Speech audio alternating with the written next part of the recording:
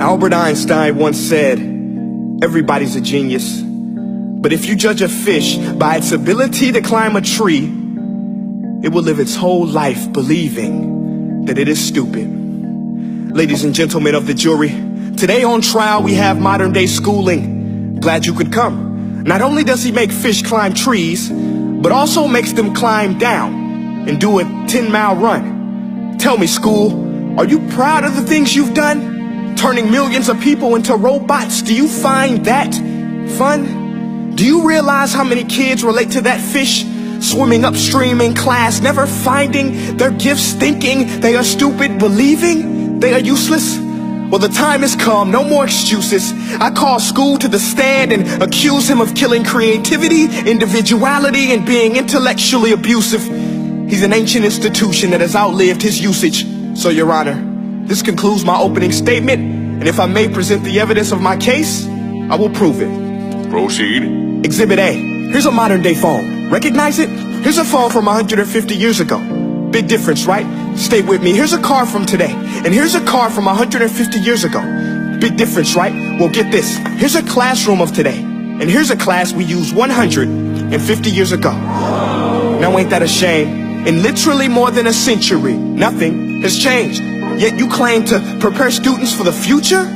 But with evidence like that, I must ask, do you prepare students for the future or the past?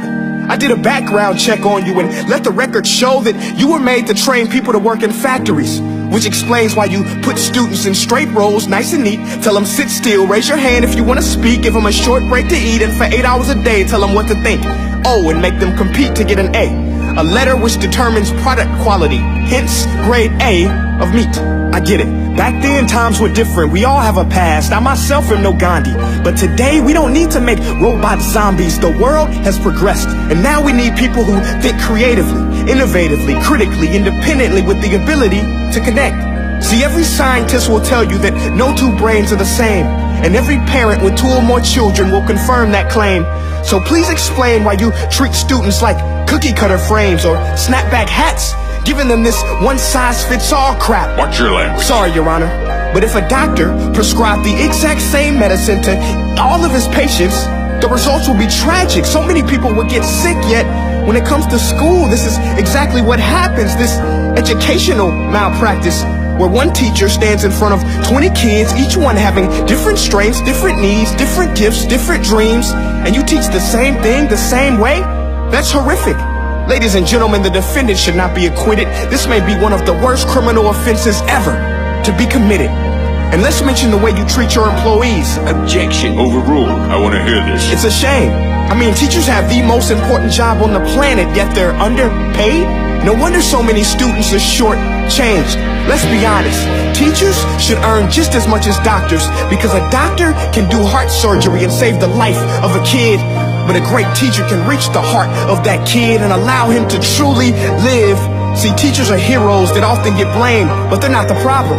They work in a system without many options or rights. Curriculums are created by policymakers, most of which have never taught a day in their life. Just obsessed with standardized tests. They think bubbling in a multiple choice question will determine success. That's outlandish. In fact, these tests are too crude to be used and should be abandoned, but don't take my word for it.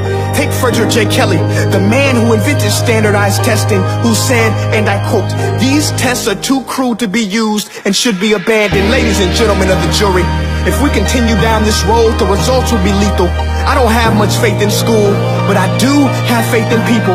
And if we can customize healthcare, cars, and Facebook pages, then it is our duty to do the same for education, to upgrade and change and do away with school spirit, because that's useless.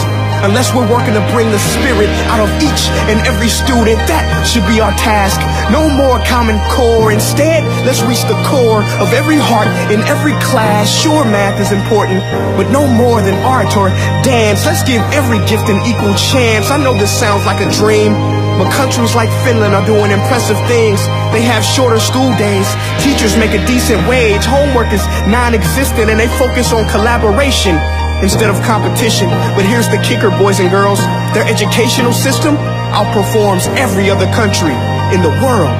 Other places like Singapore are succeeding rapidly. Schools like Montessori, programs like Khan Academy. There is no single solution, but let's get moving. Because while students may be 20% of our population, they are 100% of our future.